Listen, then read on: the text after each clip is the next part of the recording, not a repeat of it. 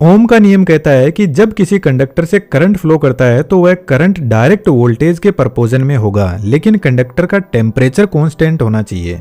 एक छोटा सा रिकमेंडेशन है आपको, इलेक्ट्रिसिटी के बेसिक्स क्लियर है तो कंटिन्यू कीजिए, अदरवाइज कहीं कंफ्यूजन आए तो इस वीडियो को जरूर से देखना, इस वीडियो का बेस यही है। तो according to Ohm's law voltage is equal to current into resistance होता है, यानी वोल्टेज करंट के बराबर तो है लेकिन जो रेजिस्टेंस है वह कांस्टेंट होना चाहिए। फॉर एग्जांपल 10 वोल्ट है, 5 एम्पियर का करंट है और रेजिस्टेंस 2 ओम मान लेते हैं, तो यह 2 ओम फिक्स होना चाहिए और इसके बाद हम जैसे जैसे वोल्टेज बढ़ाएंगे तो करंट भी बढ़ता जाएगा। लेकिन प्रैक्टिकली क्या ऐसा पॉसिबल है? बिल्कुल भी नहीं। आप इस इमेज से पता लगा सकते हो कि एक्चुअल में रेजिस्टेंस करता क्या है, और जब रेजिस्टेंस करंट को आगे नहीं बढ़ने देगा तो करंट को गुस्सा आएगा और गुस्से में जिस तरीके से इंसान गर्म होता है वैसे ही करंट वायर के टेम्परेचर को बढ़ा देगा। लेकिन रेजिस्टेंस ढीठ किस्म का इंसान है, कितना ही टेम्परेचर बढ़ा दे लेकिन यह पीछे नहीं हटने वाला। बस हमें इससे बचने के अलग ही रास्ते निकालने पड़ते हैं। तो हम एक ऐसी मेटल यूज में लेते हैं जिससे रेजिस्टेंस कम हो और कंडक्टिविटी ज्यादा हो, जैसे कॉपर वायर। लेकिन ट्रांसमिशन लाइन बहुत ज्यादा लॉन्ग होती है, वहां पर कॉपर वायर बहुत ज्यादा कॉस्टली भी पड़ता है और इलेक्ट्रिसिटी ना रही तो लोग वायर ही काट के ले जाएंगे। आपको पता है पावर फिक्स होती है, उसको बदल नहीं सकते, लेकिन वोल्टेज और करंट पावर के ही सुपुत्र है, इन्हीं से पावर बनती है। थोड़ा आसान एग्जाम्पल से देख लेते हैं। जैसे ये जनरेटर 100 वाट पावर जनरेट कर रहा है तो 50 वोल्ट हो जाएंगे और 2 एम्पियर करंट हो जाएगा और टोटल हमें 100 वाट मिल जाएगी। अब हम चाहें तो करंट को 4 एम्पियर करके वोल्टेज को 25 कर सकते हैं, पर पावर फिक्स रहती है क्योंकि जनरेटर एक मैकेनिकल डिवाइस है। यदि इसकी कैपेसिटी हमें 100 वाट से ज्यादा बढ़ानी है तो हमें इसमें मैकेनिकल चेंजेस करने होंगे। अब धीरे धीरे थोड़ा लेवल बढ़ाते हैं, आप भी अपना फोकस बढ़ाइएगा। यह जो 100 वाट है ना, यह एक्टिव पावर है, ओरिजिनल पावर कोई और ही है। तो इस पावर के भी पिताजी है और उनका नाम है एपेरेंट पावर, या फिर एक्चुअल पावर, या फिर रियल पावर भी बोल सकते हैं। कंफ्यूज नहीं होना है, बहुत आसानी से समझेंगे। यदि आप किसी ट्रांसफॉर्मर या फिर बड़े जनरेटर के पास में जाओगे तो उसके ऊपर कभी भी पावर नहीं लिखी रहती है, उसके ऊपर रियल पावर लिखी रहती है। बड़े जनरेटर के केस में जैसे 1500 मेगा वोल्ट एम्पियर है, वोल्ट एम्पियर इस रियल पावर की यूनिट होती है। अब इस रियल पावर के 2 सुपुत्र है, एक का नाम है एक्टिव पावर और दूसरे का नाम है रिएक्टिव पावर। पहले एक्टिव पावर के बारे में थोड़ा जानते हैं। यदि हम पुराने जमाने में चले और आपने इस टाइप का बल्ब देखा हो फिलामेंट वाला, इस बल्ब के यदि आप पास जाओगे तो जब ये ऑन होता है तो गर्म हो जाता है। या फिर आपने ऐसी मर्क्यूरी देखी होगी जो बहुत ज्यादा गर्म हो जाती है ऑन करने पर। अभी कुछ टाइम पहले मैंने आपको इमेज दिखाई थी जिसमें मैंने बताया था कि रेजिस्टेंस कुछ ऐसे कर्मकांड करता है जिसकी वजह से वायर का टेम्परेचर बढ़ा देता है। तो यार इस बल्ब में एक्चुअल में रेजिस्टेंस ही होता है जो टेम्परेचर बढ़ाकर हीट जनरेट कर रहा है और उस हीट को लाइट एनर्जी में बदल रहा है।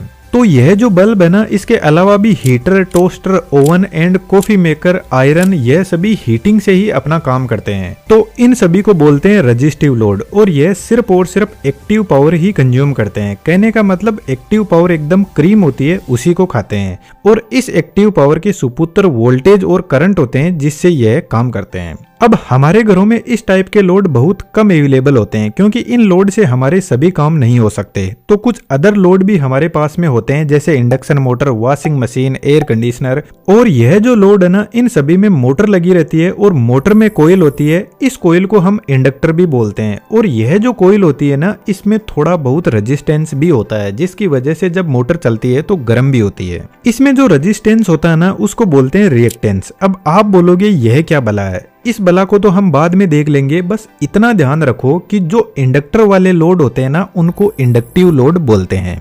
चलो इसको थोड़ा बाद में समझते हैं। मैं आपको असल में बताता हूँ कि रिएक्टिव पावर क्या होती है। जब आप कोल्ड ड्रिंक की बोतल ओपन करते ही उसको गिलास में डाल देते हो तो आप देखोगे कि उसमें कोल्ड ड्रिंक तो नीचे बैठी हुई है और ऊपर की तरफ बहुत सारे झाग बने हुए हैं। क्या इन झाग की हमें जरूरत है? बिल्कुल भी नहीं। तो फिर ये बने कहां से? यह बने इस कोल्ड ड्रिंक की वजह से। तो जो कोल्ड ड्रिंक है वह एक्टिव पावर है और यह जो झाग है यह रिएक्टिव पावर है। तो जो मोटर होती है ना, वह एक्चुअल में एक्टिव पावर को भी खाती है, लेकिन थोड़ा उसको रिएक्टिव पावर का भी सेवन चाहिए। इसलिए जनरेटर रियल पावर जनरेट करता है कि भैया जिसको जो खाना है खा लो, पर मेरा सर मत खाओ। लेकिन यार इंजीनियर एक ऐसी प्रजाति है जो चैन से नहीं बैठेगा। उसने बोला कि मेरे को तो इस रिएक्टिव पावर की जरूरत ही नहीं है। तो इंडक्टर के सामने उसने लाके खड़ा कर दिया कैपेसिटर को, और कैपेसिटर भाई साहब रिएक्टिव पावर का दुश्मन होता है। वह सिर्फ कोल्ड ड्रिंक वाले झाग को ही पीता है और साथ में चुपके से थोड़ी सी कोल्ड ड्रिंक भी पी जाता है, पर इतना तो हम एडजस्ट कर ही लेंगे। अब थोड़ा सा एक कदम आगे चलते हैं। जो रियल पावर है ना वह एकदम बैलेंस पावर है, और रियल पावर अपने सुपुत्र एक्टिव पावर से ही ज्यादा प्यार करती है। वह नहीं चाहती कि यह जो रिएक्टिव पावर है वह आए, लेकिन क्या करे, नेचर का नियम है, ओपोजिशन होना जरूरी है। ओपोजिशन के बिना कुछ काम होता नहीं है सही से। तो फिर रियल पावर ने क्या किया, एक पावर फैक्टर नाम का एजेंट बनाया स्पेशली रिएक्टिव पावर को सुधारने के लिए, क्योंकि प्रॉब्लम रिएक्टिव पावर खड़ी करती है। यह कुछ पावर को वेस्ट कर देती है और एपेरेंट पावर चाहती है कि वह पावर वेस्ट ना करे। अब जब मोटर चलती है तो वह एक्टिव पावर तो कंज्यूम करेगी ही करेगी, वह तो फिक्स है, लेकिन रिएक्टिव पावर को भी कंज्यूम करेगी। और रिएक्टिव पावर पावर फैक्टर की टांग खींचती है और अपने पलड़े को भारी कर देती है, जिससे पावर फैक्टर डाउन होने लगता है। तो हम बोलते हैं कि पावर फैक्टर लेग कर रहा है, यानी लेगिंग पावर फैक्टर है। और यह वोल्टेज को कम कर देता है, और वोल्टेज कम होगा तो कोई भी इक्विपमेंट सही से काम नहीं कर पाएगा। तो पावर फैक्टर वापस बैलेंस करने के लिए कैपेसिटर को लेकर आता है, और यह जो रिएक्टिव पावर टांग खींच रही थी इसको बैलेंस करता है। अब मैं आपको रियल गेम बताता हूँ। बड़ी बड़ी जो इंडस्ट्रीज होती है या हमारे घर की ही बात कर ले तो 90% लोड इंडक्टिव ही होते हैं। तो हमारे घर वाले लोड से तो जनरेटर को कोई खास फर्क पड़ेगा नहीं, लेकिन बड़ी इंडस्ट्री में इंडक्टिव लोड पावर फैक्टर को बहुत ज्यादा दबा देता है, यानी लैग कर देता है। तो जो इंडस्ट्रियल एरिया होता है उसके बाहर एक कैपेसिटर बैंक इंस्टॉल करते हैं। यदि आप ध्यान से देखोगे तो आपको कहीं ना कहीं ये खंबे पर लगी हुई दिख जाएगी। बेसिकली उसका काम यही है कि जो इंडस्ट्री पावर फैक्टर को ज्यादा लैग कर रही है उसको बैलेंस करे, ताकि जो जनरेटर है उस पर ज्यादा लोड ना पड़े और वोल्टेज को भी बैलेंस किया जा सके। या फिर ऐसा भी किया जा सकता है, जो जीएसएस होता है वहीं पर कैपेसिटर बैंक को इंस्टॉल कर दिया जाता है। अब यह कैपेसिटर बैंक कोई बहुत अच्छी चीज नहीं है। रेगुलरली पावर फैक्टर चेक किया जाता है और जरूरत न पड़ने पर इसको हटा दिया जाता है लोड से, क्योंकि कैपेसिटर पावर फैक्टर को पहले तो लेगिंग से यूनिटी पर लेकर आता है और फिर यूनिटी से लीडिंग साइड में लेकर चला जाता है, और leading power factor over voltage generate करता है, जिससे जनरेटर हो या मोटर हो उसमें टेम्परेचर बढ़ जाता है और वह जल जाते हैं। अब मैं आपको मेरे कॉलेज टाइम का एक जबरदस्त किस्सा बताता हूँ। हमारा जो लैंडलॉर्ड था उसको ऐसा लगने लगा कि हमने मीटर के साथ में टेम्परिंग कर दी है और वह सही से इलेक्ट्रिसिटी कंजम्पशन नहीं दिखा रहा है। तो उनका लड़का जूनियर इंजीनियर था, हमको बता रहा था कि मैं पावर फैक्टर निकाल लूंगा और पता करूंगा कि आपने कितनी इलेक्ट्रिसिटी कंज्यूम की है।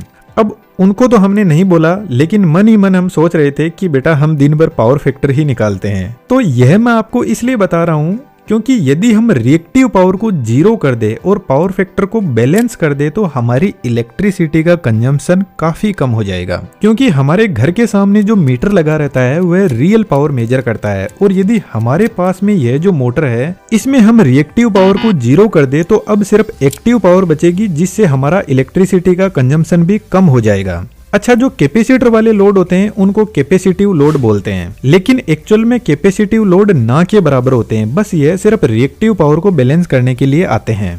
जो पावर ट्रांसमिशन लाइन होती है जो बहुत दूरी तक जाती है, उनको यदि आप ध्यान से देखोगे तो यह एक कैपेसिटर का ही काम करती है। वायर जो होता है वह पॉजिटिव का काम करेगा और जो ग्राउंड है वह नेगेटिव का। अब इस लाइन का वोल्टेज एक्सट्रीमली हाई वोल्टेज है, तो जो बीच का एरिया है वह धीरे धीरे चार्ज होने लगेगा और एक कैपेसिटर की तरह काम करने लग जाएगा, जिस वजह से रिसीविंग साइड है वहां पे वोल्टेज सेंडिंग साइड से बहुत ज्यादा हो जाएगा, जिसकी वजह से वोल्टेज रेगुलेशन की प्रॉब्लम होती है। तो लॉन्ग ट्रांसमिशन लाइन में कैपेसिटिव इंटरफेरेंस को बैलेंस करने के लिए ट्रांसमिशन लाइन में शंट रिएक्टर लगाए जाते हैं। यह देखने में सेम टू सेम ट्रांसफॉर्मर जैसे ही होते हैं, लेकिन यह कैपेसिटिव इफेक्ट को बैलेंस करते हैं। तो कहने का मतलब यदि इंडक्टिव इफेक्ट ज्यादा है तो कैपेसिटिव उसको बैलेंस करेगा, और कैपेसिटिव ज्यादा है तो इंडक्टिव उसको बैलेंस करेगा। और जो प्योर रजिस्टिव लोड होते हैं वह एकदम यूनिटी पावर फैक्टर पे काम करते हैं। वह ना ही तो पावर फैक्टर को लैग करते हैं ना ही लीड करते हैं।